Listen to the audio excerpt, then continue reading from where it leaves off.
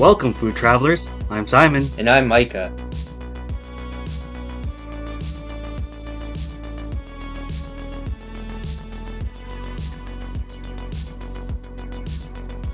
We are here on another beautiful sunny day.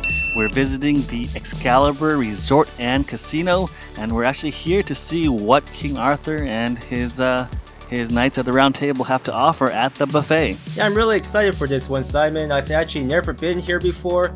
How about you? This is also a first for me. As many times as I've been to Las Vegas, I've actually never been to this buffet.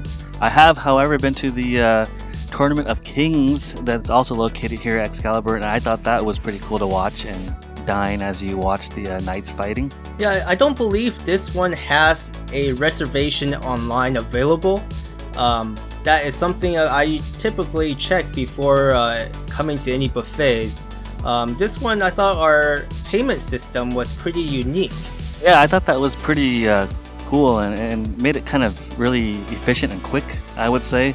Because we didn't actually line up into the normal line. We actually just went to that pay station, and you can actually just go in and buy your seat and get in pretty quickly. Yeah, I think that was a really good experience on customer parts in terms of payment and just the overall process. It's just so much faster. And I was actually pretty surprised with this buffet. It's Excalibur. It's one of the older dated casinos. It's still really great in terms of its theme wise. With all the medieval themes and tying over to King Arthur and the story that is surrounded with that. And so just kind of going in, you didn't expect too much, or at least I didn't expect too much. Because it was, an older casino, but I was pleasantly surprised with what they offered. Yeah, I wasn't expecting too much either, but with this buffet, I thought there was a lot. There was actually a lot of people who came on the day that we were here. Definitely much busier than I kind of thought it would be. And I didn't think they would have as many stations and different varieties that they did, but they did. We ended up coming to here on the brunch buffet, so we did have the breakfast and lunch offerings. Yeah, and in this buffet, I remember seeing the layout, and I remember the layout was all against the wall, which is a little bit different, and I guess this is like an older style because everything was just in one section, like it was against the wall, so you pretty much had to stand in line for almost every single station and everything that you wanted. And kind of as you're walking around the stations, I really appreciated that they tried to kind of offer different types of foods. And as you may have saw the signs, they have a Latin station, which from my memory, Micah, I don't even remember any other places that offered Latin foods itself. And so it was really nice that they actually tried to, actually differentiate themselves in that way. Yeah, I think you're right. There's not that many buffets with a Latin section, and that's nice that they had that section. As for this Italian section, I kind of wish they would have like a pasta station, like somebody just making the pasta or something, other than just pizza. Like every single buffet that we've been to so far seems like it's the same setup with just pizza as their Italian section. Pizza definitely is that staple for the Italian section. For a lot of these buffets.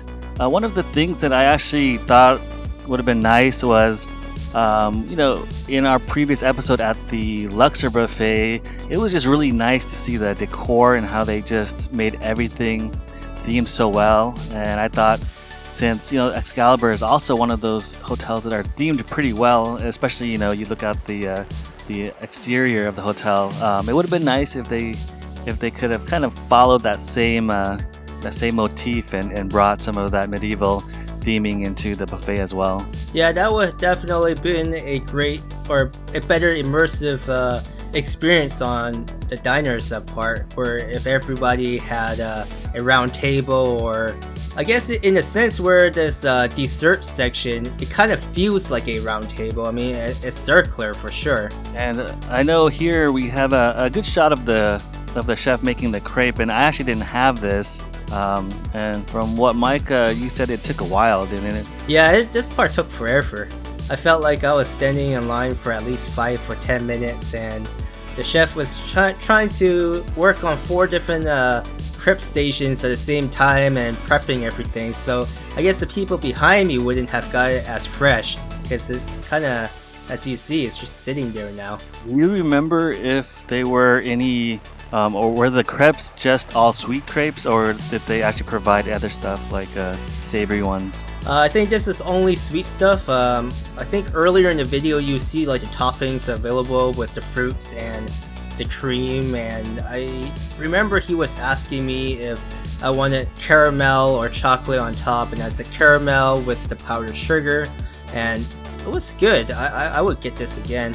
Maybe in the future they'll try to see if they can combine it and not just offer the dessert portion and actually start throwing in some savory crepes. That would be pretty cool. Yeah, that would definitely be pretty cool. I guess they would have to expand their buffet a bit to have that option available. Yeah, it's a pretty neat setup. I think they could add more sushi rolls as well. There's not that many options on that. Yeah, they do have a lot of different varieties, but they're still limited in terms of the varieties for each section. So that is something to take note of.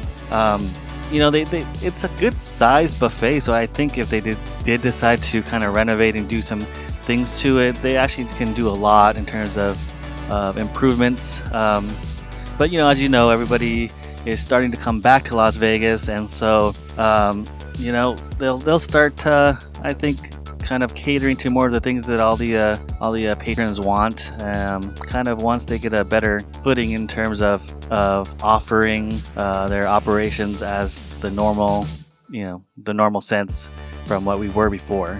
Yeah, definitely. And here we could see where the layout of the seating area.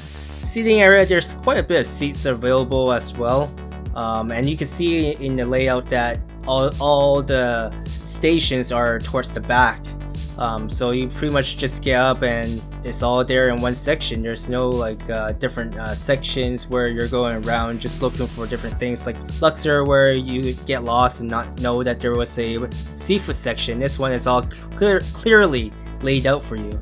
I think you meant the MGM buffet. That one had the hidden seafood station that was in the back. But as you can see, our plates here, you know, we kind of grabbed a bit of everything. One of the things that kind of stood out for me for my plates was I did grab the ribs and the brisket, and I wanted to try those because if you've seen some of our earlier episodes, especially with barbecue, you know, I didn't want to quite compare, because getting barbecue itself that is solely focused on barbecue, and especially Texas barbecue, and comparing it to a buffet, of course there's really not a comparison, but you know, you just want to kind of get an idea of how things are made. So I grabbed the ribs, and I was actually pleasantly surprised. It was nice and tender.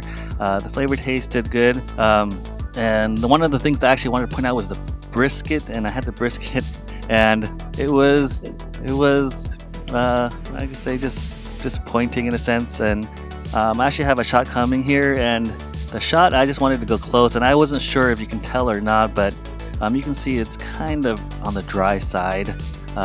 So definitely it was a hard chew. So once I took a bite, and as usual with dry things, it'll just suck up the moisture in your mouth and just make it difficult to actually chew down and get a nice bite on the food. Yeah, that brisket was definitely dry.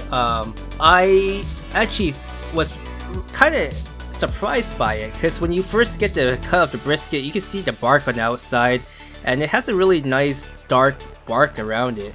I think if you eat around the edges where the bark is, you probably get a nice flavor to it, but in terms of the tenderness and juiciness of it, it's definitely not there. As you saw earlier in the video, I had the smoked salmon. That was actually pretty good. I think that is something you should definitely get if you do come to this buffet. And as for that soup, it was recommended by our waitress. She was actually pushing for it the whole time. She kept coming over and saying, "Hey, have you tried the soup? Have you tried the soup?" And every single person that she sat down and came over to each table in her area, she was like, "Hey, have you tried the soup? The soup today is really good." In terms of sales, I guess you can say in a sense of that soup, she was very good at pushing the soup. She kept saying it was very tasty and it was very good and healthy for you. Unfortunately, I just didn't feel like soup that day, so I didn't have any, but I know Micah had a bowl of it. Yeah, I had the soup. I thought it was pretty good. She definitely made a good recommendation. There's a lot of I could say material or a lot of different stuff that was inside the soup bowl itself. So it was worth trying. Definitely try it if you have space. So a good amount of ingredients with that soup, then I would say. Yes.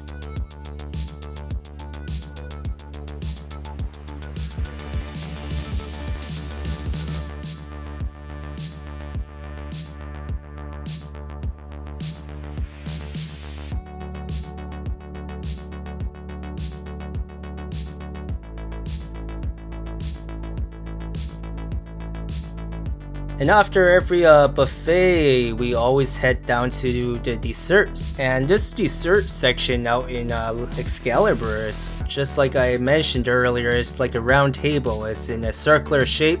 I think they have a lot of different options here. They even have sugar-free section, and every single piece of these desserts are humongous. It's like you're going to like the Cheesecake Factory or something, and you're getting a full size. I definitely agree with you there, Micah. I was pretty shocked in terms of all the different buffets that we've been to.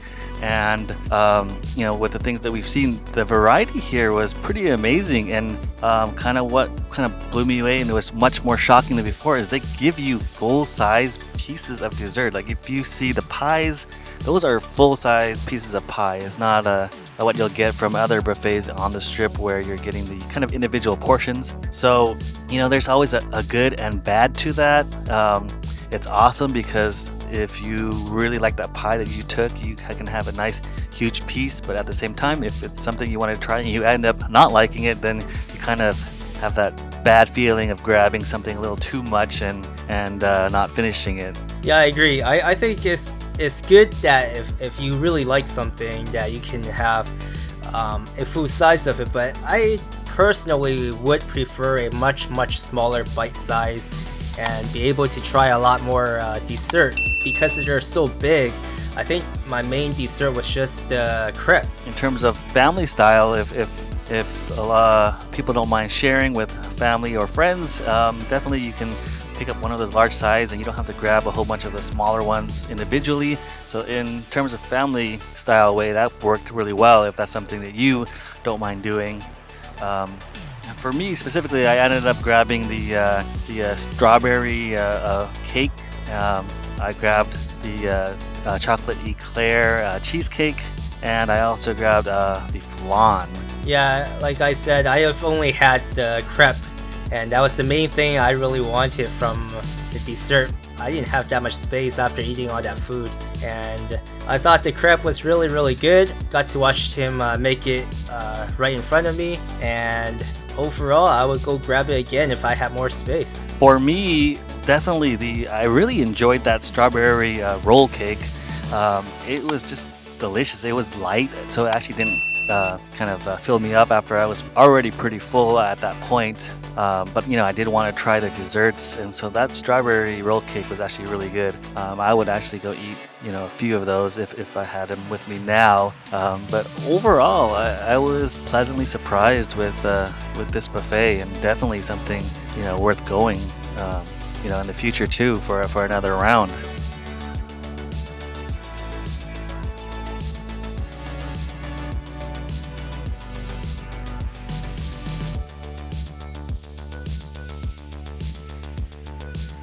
And to wrap up our video, here are our notables. Unfortunately for this one, there are none. And to support our channel, don't forget to hit like, subscribe, and hit the notification bell for the YouTube algorithm. And for more photos, follow us on Instagram. See you guys on the next episode.